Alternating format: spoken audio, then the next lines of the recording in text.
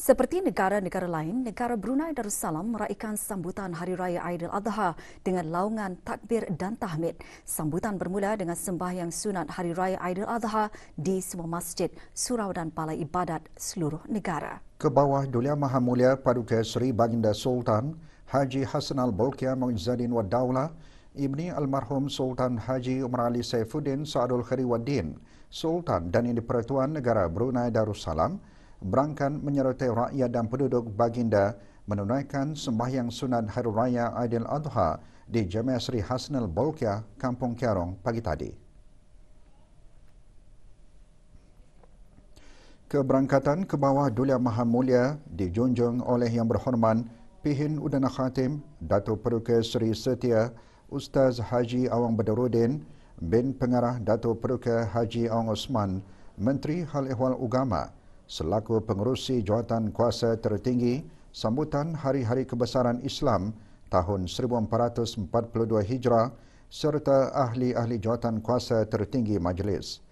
Berangkat sama paduka-paduka ananda dan adinda ke bawah Duli Maha Mulia, Dulian Teramat Mulia Paduka Seri Pengeran Muda Mahkota, Pengeran Muda Haji Al-Muhtadi Billah, Menteri Kanan di Jabatan Perdana Menteri, Dulian Teramat Mulia Paduka Seri Pengeran Muda Abdul Maling, Dulian Teramat Mulia Paduka Seri Pengeran Muda Abdul Matin dan Dulian Teramat Mulia Paduka Seri Pengeran di Gadung Sabul Mal, Pengeran Muda Haji Jafri Bolkiah. Sembahyang sunan Hari Raya Aidiladha diimamkan oleh Yang Berhormat Pihin Orang Kaya Paduka Seri Utama Datuk Paduka Seri Setia Haji Awang Salim bin Haji Besar. Ar-Rahmanir Rahim Maliki Yawmiddin Iyyaka na'budu wa iyyaka nasta'in Ihdinas siratal. Yang dimuliakan Bagon Pihin Khatim Datuk Paduka Haji Mustafa bin Haji Moran dalam khutbah pertama antara lain mengingatkan umat Islam sewajarnya mencontohi kesabaran Nabi Ibrahim dan anaknya Nabi Ismail dalam menghadapi apa jua ujian dan dugaan. Khutbah juga menjelaskan negara sekali lagi menangguhkan pemergian jemaah haji ke Tanah Suci sebagai langkah keselamatan berikutan penularan COVID-19.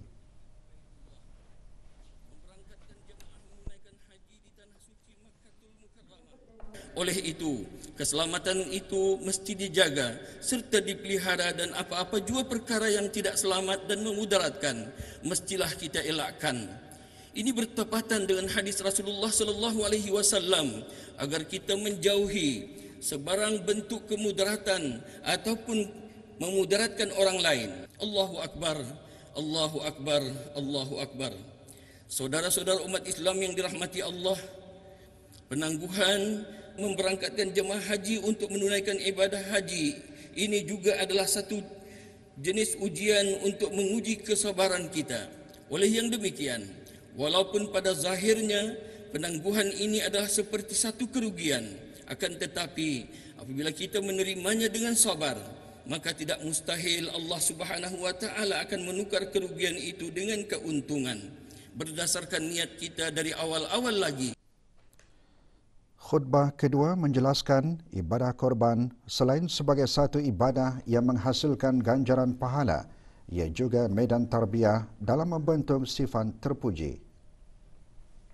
Antara sifat mahmudah atau terpuji yang dapat dibentuk melalui ibadah kurban ini ialah: pertama, mendidik jiwa ke arah takwa dan mendekatkan diri kepada Allah Subhanahu wa taala. Kedua, mengikis sifat tamak dan mewujudkan sifat murah hati kerana membelanjakan harta ke jalan Allah Subhanahu wa taala.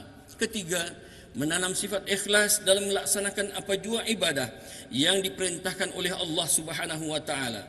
Keempat, menyemai sikap sentiasa bersyukur terhadap segala nikmat dan rezeki yang telah dikurniakan oleh Allah Subhanahu wa taala. Kelima, membentuk jiwa untuk mengasihi insan lain. Meskipun dunia masih berdepan dengan penularan COVID-19, negara Brunei Darussalam dengan limpah dan rahmatnya dapat meraihkan sambutan Hari Raya Aidiladha dalam suasana norma baharu. Allahu Akbar, Allah.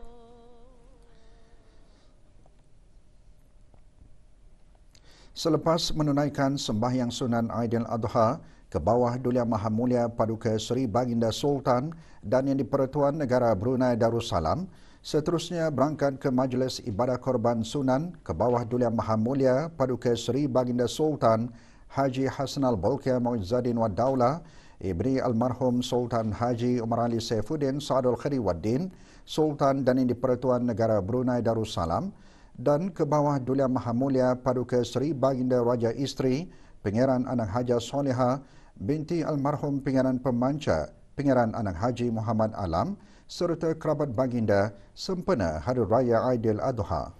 Pada tahun ini, 176 ekor lembu dan 14 ekor kambing dikorbankan. Sebahagian daging ibadah korban tersebut diagihkan kepada 15,357 orang asnaf fakir dan miskin, ibu tunggal dan warga emas di negara ini. Hanya seekor kambing disembelih pada majlis yang diadakan di perkarangan Jami' Asri Hassanal Bolkiah.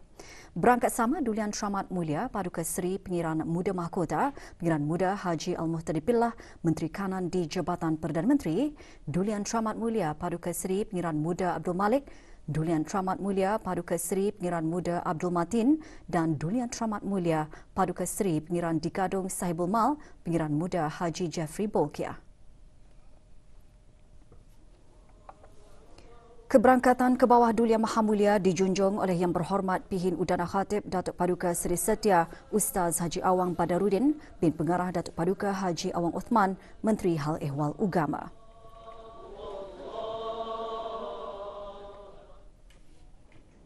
Pada majlis ini, ke bawah Duli Yang Maha Mulia berkenan menyempurnakan penyembelihan binatang korban baginda.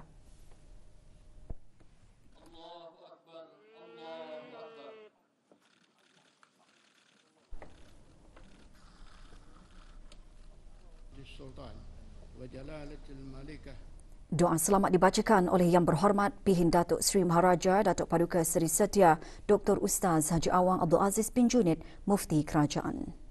Ya Allah, ya Tuhan kami, inilah udhiyah korban yang datang daripada Tuhan kami dan untuk Tuhan kami. Maka mohonlah Tuhan kami terima ia daripada ke bawah Duli Yang Maha Mulia Paduka Seri Baginda Sultan Haji Hassanal Bolkiah Muizzaddin Wad Daulah, Sultan dan Yang di-Pertuan Negara Brunei Darussalam, ke bawah Duli Yang Maha Mulia Paduka Seri Baginda Raja Isteri Pangeran Anak Haja Soleha serta ahli kerabat baginda sekalian, sebagaimana Tuhan kami menerimanya daripada Nabi Ibrahim alaihissalam, kekasih Tuhan kami, dan daripada Sayyidina Muhammad sallallahu alaihi wasallam, hamba dan rasul Tuhan kami. Rabbana atina min ladunka rahmatan wa hayyi' lana min amrina rasyada. Rabbana atina fid dunya hasanah wa fil akhirati hasanatan wa qina adzaban nar. Bi fadli subhana rabbika rabbil izzati amma yasifun wa salamun alal mursalin walhamdulillahi rabbil alamin. Penyembelihan binatang-binatang korban ke bawah Duli Yang Maha Mulia dan kerabat baginda selebihnya disempurnakan di dua pusat penyembelihan Syarikat Muhammad Nur Faizal Haji Zainuddin dan anak-anak dan Syarikat PDS Abattoir Sendirian Berhad dan diagihkan terus kepada penerima oleh jawatan kuasa majlis dengan bantuan sukarelawan serta ahli-ahli majlis perundingan kampung. Laungan takbir mula berkumandang semalam di masjid-masjid dan surau-surau seluruh negara sebagai tanda bermulanya Hari Raya Aidil Adha. Kembali selepas ini, teruskan bersama Berita Perdana.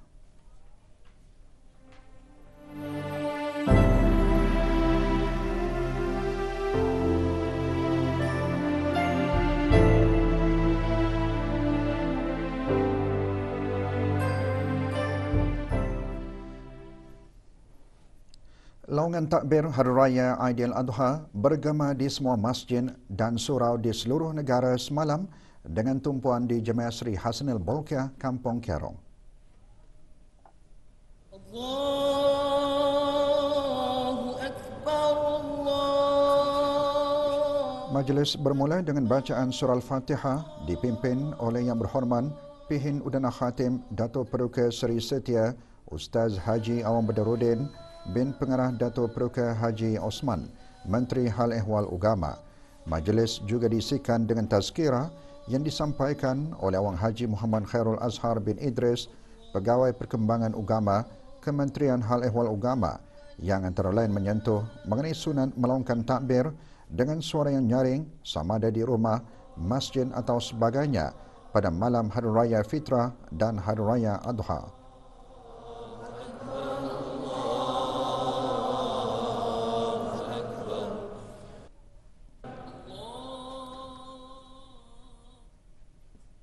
Sembahyang sunat Hari Raya Aidiladha juga diadakan di ketiga-tiga daerah.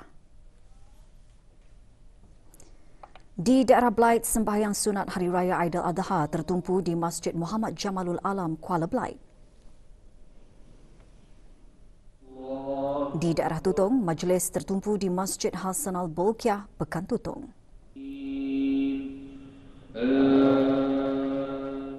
Manakala Masjid Utama Muhammad Saleh Pekan Bangar menjadi tumpuan majlis di daerah Temburong.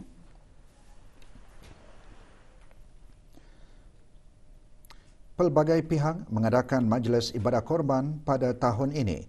Petang tadi, ahli-ahli serta keluarga Pertubuhan Fotografi Negara Brunei Darussalam mengadakan pengagihan daging korban. Pengagihan daging korban disempurnakan oleh Yang Berhormat Datuk Seri Setia Jurutera Awang Haji Suhaimi bin Haji Ghaffar, Menteri Pembangunan. 3 ekor kerbau dikorbankan pada tahun ini. Majlis diadakan di Kampung Bengkurung. Kumpulan Syarikat Seri Kandi mengadakan majlis seumpamanya dengan mengorbankan 4 ekor sapi dan 1 ekor kambing. Pengagihan daging korban disempurnakan oleh Awang Haji Ramli bin Haji Jamudin, Pegawai Daerah Belait, kepada lebih kurang 50 orang penerima. 50 anak yatim dan fakir miskin di kawasan Kampung Momong petang tadi menerima agihan daging korban. Majlis merupakan anjuran Majlis Perundingan Kampung Momong.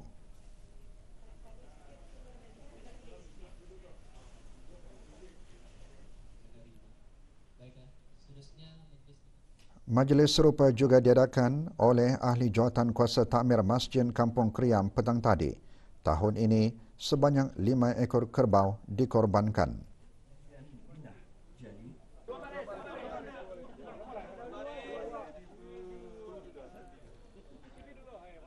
Sementara itu, ahli jawatan kuasa takmir Masjid Pangeran Anak Haji Muhammad Alam, Kampung Sengkarai Tutong mengadakan majlis yang sama. Pada tahun ini, 1 ekor kerbau dikorbankan.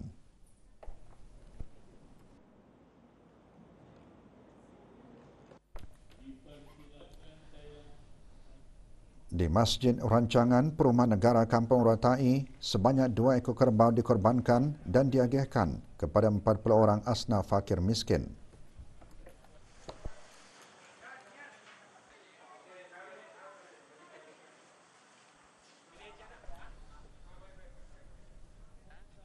Sementara Majlis Perundingan Kampung Tanjung Belayang, Kampung Batu Berjarah dan Kampung Batang Tuau mengorbankan 3 ekor kerbau dan diagihkan kepada 7 orang asnaf fakir miskin.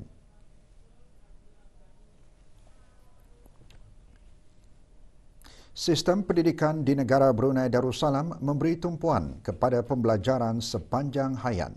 Pembelajaran amat penting bagi menambah baik ilmu pengetahuan dan meningkatkan lagi kemahiran atau skill set seseorang individu. Beberapa program telah dibangunkan untuk meningkatkan kemahiran upskilling pada peringkat pasca menengah dan pengajian tinggi.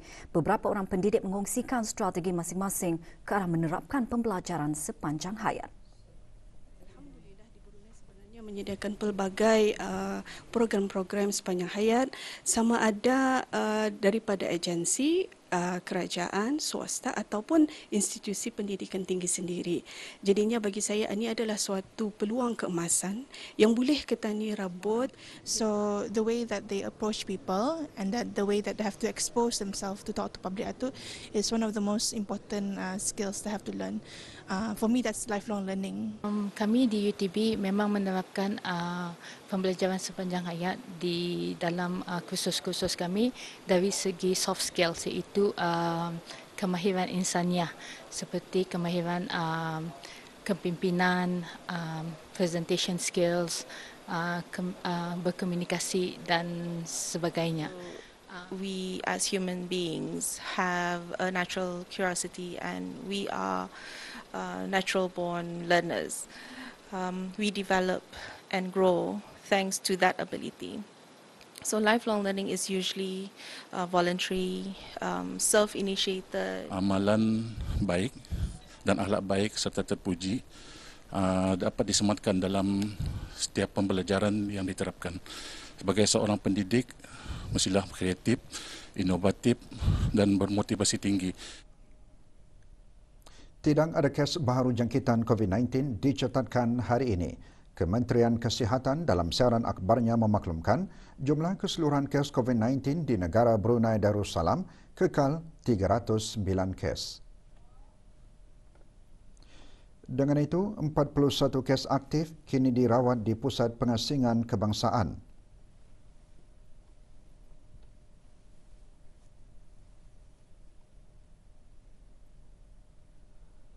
Kes terakhir jangkitan tempatan COVID-19 dilaporkan pada 6 Mei 2020, manakala jumlah kes impon sejak kes jangkitan terakhir tempatan dilaporkan sebanyak 168 kes. 804 individu sedang menjalani pengasingan diri mandatori, manakala 22,144 orang menamatkan pengasingan diri mandatori sejak Mac 2020. 561 ujian virus SARS-CoV-2 telah dilaksanakan, menjadikan jumlah keseluruhan ujian makmal dijalankan sejak Januari 2020 149,139 ujian. Maklumat lanjut dan perkembangan terkini, layari laman sesawang Kementerian Kesihatan dan talian Kesihatan 148. Sementara itu, Kementerian Kesihatan dalam siaran akhbarnya juga memaklumkan mengenai status vaksinasi COVID-19 yang dilaksanakan di negara ini pada 20 Julai 2021 seramai 3,285 orang. Jumlah penduduk yang menerima sekurang-kurangnya satu dos vaksin seramai 116,743 orang, manakala jumlah penduduk yang telah menerima 2 dos vaksin seramai 21,047 orang dan warga emas yang menerima sekurang-kurangnya satu dos vaksin seramai 19,577 orang.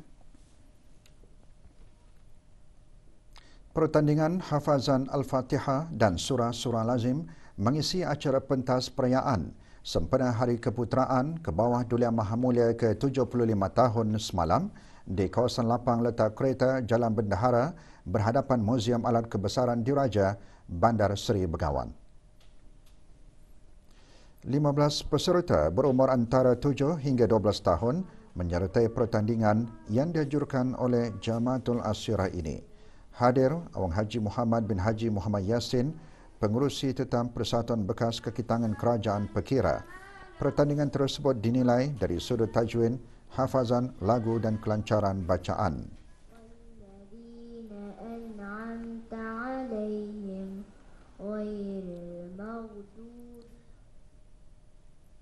Dewan Bahasa dan Pustaka secara progresif menjadi tunjang utama kepada perkembangan penerbitan buku yang berunsurkan pendidikan bagi menarik minat membaca dalam kalangan remaja di negara ini. Justru sebagai usaha untuk memperbanyakkan lagi penerbitan buku cerita kanak-kanak bergambar dan mempelbagaikan bahan bacaan tambahan, Dewan Bahasa dan Pustaka menganjurkan peraduan menulis buku bergambar sempena sambutan Bulan Bahasa 2021. Dayang Rosdiah binti Bahrain, penolong penyunting tingkat 1 bahagian perancangan buku di Dewan Bahasa dan Pustaka, selaku urus setia peraduan menulis buku bergambar menjelaskan peraduan dibukakan kepada warga negara dan penduduk tetap berumur 15 tahun ke atas dan tarikh tutup penyertaan akan berakhir pada 30 November depan.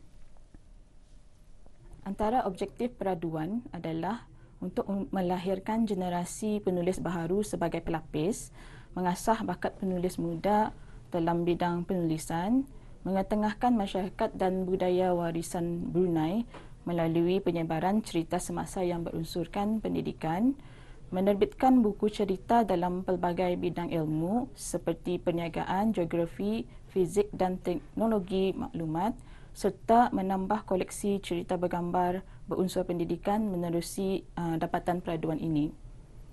Maklumat lanjut mengenai program dan kegiatan yang akan diadakan sempena Bulan Bahasa 2021, layari laman sesawang Dewan Bahasa dan Pustaka di www.dpp.gov.pn.